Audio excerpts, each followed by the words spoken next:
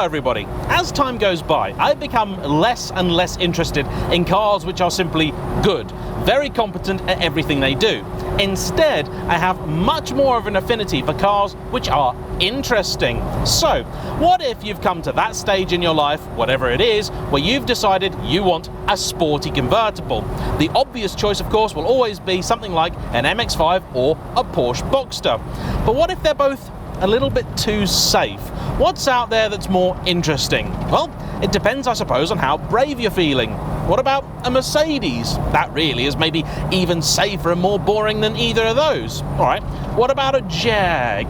Great cars, but possibly a little bit too old man, unless you're looking at an F-Type, but those are a fair bit of money. You need at least 30 odd grand to get into one of those. Okay, what's available for less than that? You could, I suppose, go for an Alfa Romeo Spyder. Interesting, for sure, little bit risky, but not crazy. How about a TVR? Ooh, hang on a minute, that's gone too far. So is Sir or Madam feeling Maserati brave?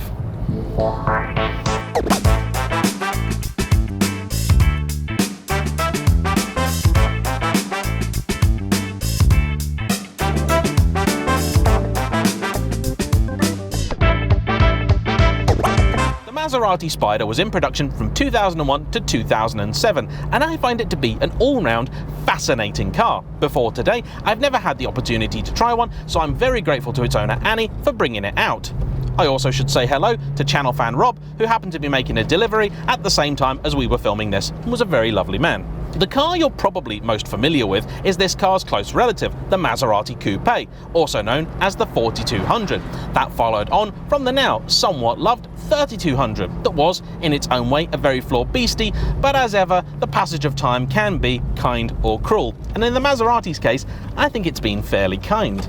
At a quick glance, you would imagine that this simply is a drop-top version of the 4200, and I suppose, in some ways, you are correct. They share many basic mechanical components. However, there is one very large difference. The Coupe is notable for being a proper four-seater. Compared with the equivalent Jaguar or Porsche, there is a lot more room in the back of it, so much so you can't actually fit adults in there without having to cut bits of them off. This is a strict two-seater. There isn't really even a parcel shelf behind me. How's that happened then? Well, this car has had 9 inches, 220mm, sliced out of the wheelbase. And just about any chassis engineer will tell you that's going to have a very big impact. It gives the car a much shorter, more aggressive profile, and I think this is a pretty good looking thing. And that's significant because, as far as I'm concerned, any Italian sports car really needs to do 2 things. Firstly, it must look good, and I would say this succeeds, both outside and in. The exterior is a very classically styled item. I would say not quite as pretty as the Jag of the time, the XK, but also a lot prettier than the equivalent 911, and I suppose the Boxster too, though the original 986 Boxster, I think, is aging marvellously.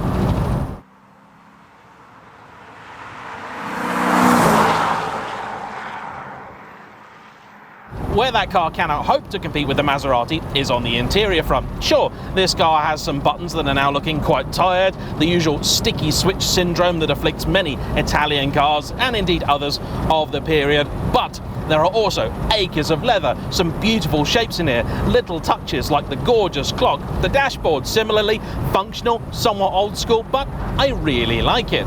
These seats aren't the most supportive, but again, they're trimmed beautifully and they are rather comfortable. In fact, because of the way they've done the coupe to convertible conversion, interior space isn't even that compromised. It's not overly generous, though Annie has had to install a little riser on the seat to get it to the height that she needs it, which is why I might look like I'm sat in a slightly odd position, because I am. In fact, there's also a block of wood behind the seat which assists you when you're parking the car on a hill, because the handbrake is not to be trusted. So still plenty of classic Maserati quirks, and we'll get onto some more in a minute. The other thing though that any Italian sports car must do is sound good, and this really does.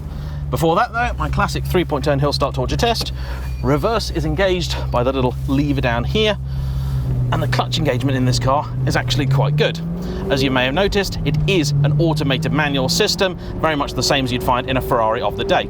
These were available with a 6-speed manual, but it's a fairly rare option to see. This is what Maserati call the Cambiocorse gearbox, and to be fair, if you know how to drive it, it actually works reasonably well. But that noise.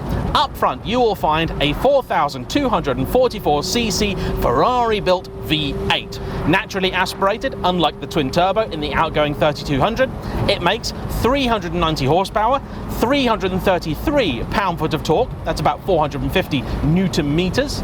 It is an over-square design with a bore of 92 millimeters and a stroke of just 80, so it does like to rev, and it sounds marvelous.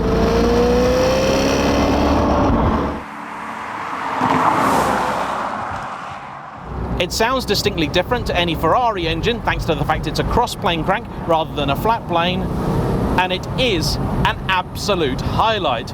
Anyone who says they bought this car for the engine and nothing else, I would entirely understand. In fact, even the gearbox is actually much more enjoyable than you might think. When you're not pushing on, lift a little bit to help it, but downshifts are fantastic. And upshifts, you know what? For the age of the car, this is a 2002, so 20 years old, they're alright. That is sport mode, mind, and I would highly recommend sport mode at pretty much all times. This car has a great story behind it, and it even has a name, and I'm always worried when they've been named. This one's called Rory, formerly the Tatty Ratty Rory, but now he's not quite so tatty. It was bought by Annie 8 years ago now, in 2014, because, as has happened to many of us, life occasionally rears its ugly head and reminds you that you don't always have as much of it as you might think, and therefore prompts you to do the things you've been putting off for quite some time. It was a moment like that that led Annie to decide she wanted a Maserati, though by her own admission, she didn't really know much about them, beyond what Joe Walsh told her, which is that they'll do 185. This, I don't think actually will. About 170, I think, is the top speed here. Does sound great though.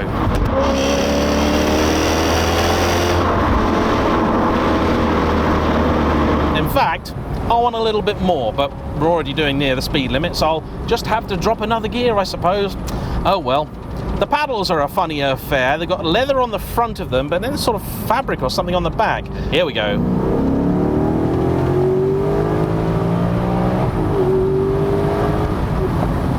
Lovely stuff.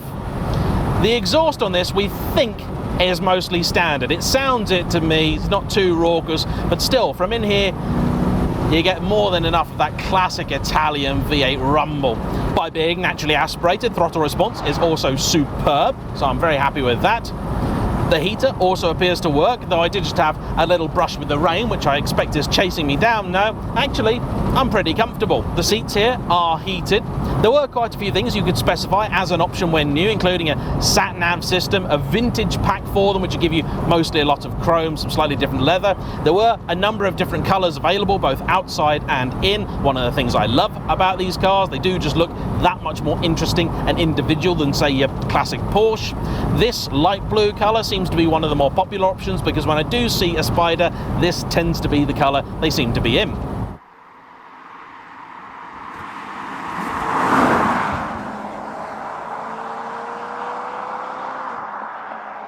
Later cars did receive some upgrades, some inconsequential, some quite significant. In 2005, you got the Spyder Grand Sport, which was the Spyder version of the Grand Sport, which was a slightly spicier version of the Coupe. That had marginally more power, 400 versus 390, though no more torque, a more aggressive gearbox, different suspension setup, so on and so forth. In practice, I don't think that car's really going to be worth getting, for one really big reason, and to be honest with you, it's the one thing that I'm finding very, very difficult to look past with this car: the scuttle shake. I'm sure you've noticed it already. In fact, I have really noticed it, because twice now it has rattled my camera completely loose. But being, oh crikey, I've filmed TVRs recently, I've filmed an aerial Atom recently. Nothing has done the damage to my camera that this car has. It's absolutely ridiculous. How Maserati could have signed this off, I really do not know. I'm driving now over what appears to be a beautifully smooth piece of tarmac, and yet the entire thing is still finding an excuse to judder and shudder and just be really generally annoying. This window is also making some very frustrating sounds, as I'm sure you've probably already heard, and I just don't get it. This is atrocious. Even for the mid-2000s, this was just not good enough. It really wasn't. Sure, the Porsche Boxster of the day is hardly immune to a bit of scuttle shake, but it's really trace quantities compared to what you've got here.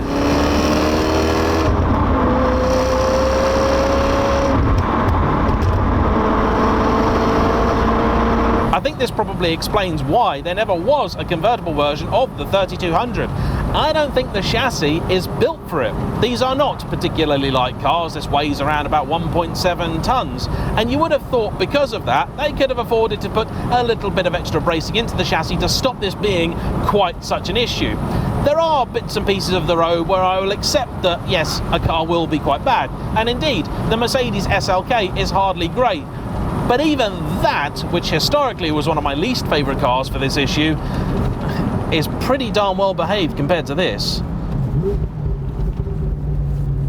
And that's such a frustration because there is so much about this car that I really do like. The gearbox I actually get on with. Yeah, sure, I'd prefer a 6-speed manual, but this is much better than I remember.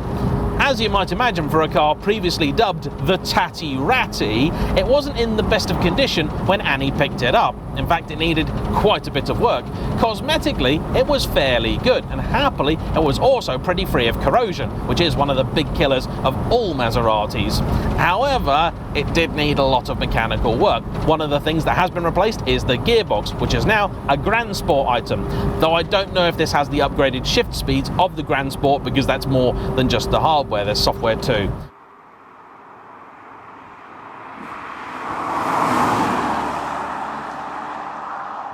This car is maintained by the good people at Sports Italia, who are on the south coast and specialists in Maserati, Ferrari and Lamborghini.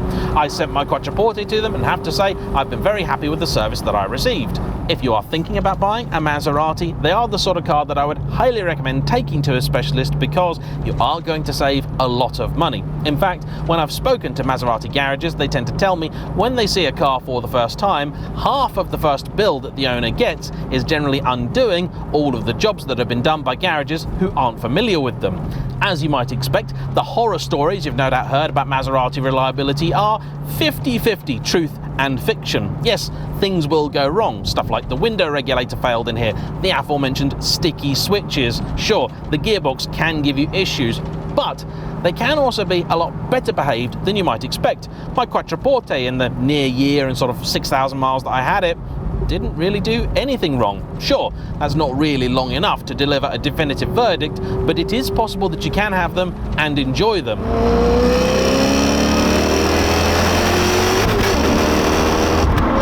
Oh, it really moves, this thing. That's a sensational engine. Easily quicker in a straight line than any Boxster of the time, and I would say up there with the Jaguar XKR. The Jag, I think, might just about have the legs on this, particularly in supercharged XKR guys, but this is a very enjoyable power plant. The gearbox here I also prefer over the old XK, which only ever came with somewhat antiquated automatics. I would really love to tell you what this car is like through a bend. In truth, it's not really that good. It doesn't seem to have masses of grip. It has now rained on sections of my test route, and I am absolutely terrified of my camera trying to break free again. This is all a great shame because this is a car with many fine qualities. Looks good, sounds good, goes well. But this scuttle shake, I could not put up with this. It's atrocious. I could forgive the car if it was softly sprung, slow round a bend, but overall comfortable. And I suppose I could forgive it if, yeah, it went round a corner like nothing else, but the price for that was an overly stiff suspension and then maybe the odd bit of scuttle shake because of it. But this doesn't really seem to be giving you either. It's the worst of both worlds.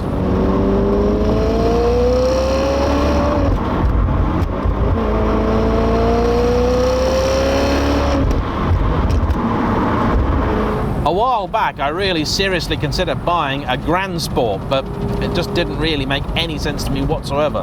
This is not helping my lusting for that one bit. Maserati people, I'm also told, are very friendly, and happily, Annie is one of many people that believes in driving her car. in the 8 years she's had it, she's done some 40,000 miles. Rory is getting very close to the 100,000 mile mark. In fact, he's only 240 miles off. You can do it, Rory. Come on, I know you can.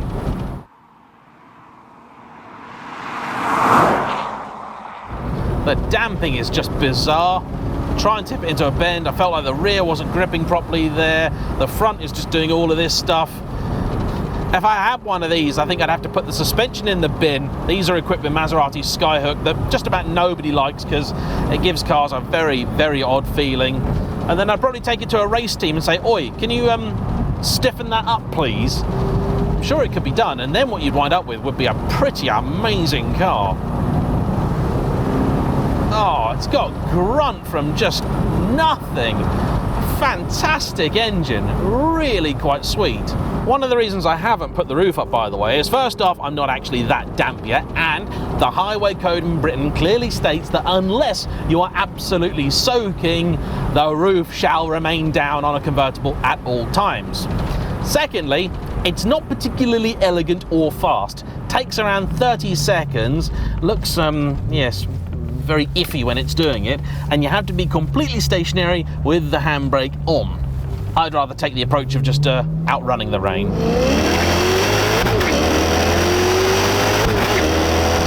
Can't do that in a Boxster. Woohoo! Now, at this point in time, I would love to be able to tell you that you can look past this car's rather large flaw because it's cheap. But I can't, because they're not. Right about now, you'd be paying anywhere from £15,000 to £30,000 to get into one of these. And I would love to be able to tell you to do that. I really, really would. But the fact is, I can't. If you've got the Maserati bug, go and buy a GranSpyder. Seriously, they're fabulous cars, really underrated and available at very similar money. Or, if you do want a quirky convertible that makes a great noise and is a little bit different, just go and buy a TVR. Fact is, yeah, that's going to have its own reliability issues, but for the most part, they're probably also going to be a little bit cheaper to keep going, especially if you buy an older one powered by the Rover V8. Oh, I want to enjoy this car, but it's not letting me. That scuttle shake is atrocious. Rory.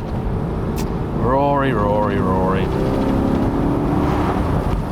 Well, I'm extremely grateful to Annie for the opportunity, because it's a car I've been wanting to try for a while, and it turns out it's not at all what I expected. Well, though it's not a car for me, and likely not a car for you either, for those willing to put up with the quirks, you've still got an awful lot of car here, and something that is just a little bit different, which is something I will always celebrate. So I want to say a big thank you to Annie and Rory for coming out today. Apologies for getting you damp, Rory. Sorry about that. And to you, as ever, for watching. Don't forget to hit the like button, comment down below, subscribe if you haven't already, and we'll see you for the next one. Bye-bye.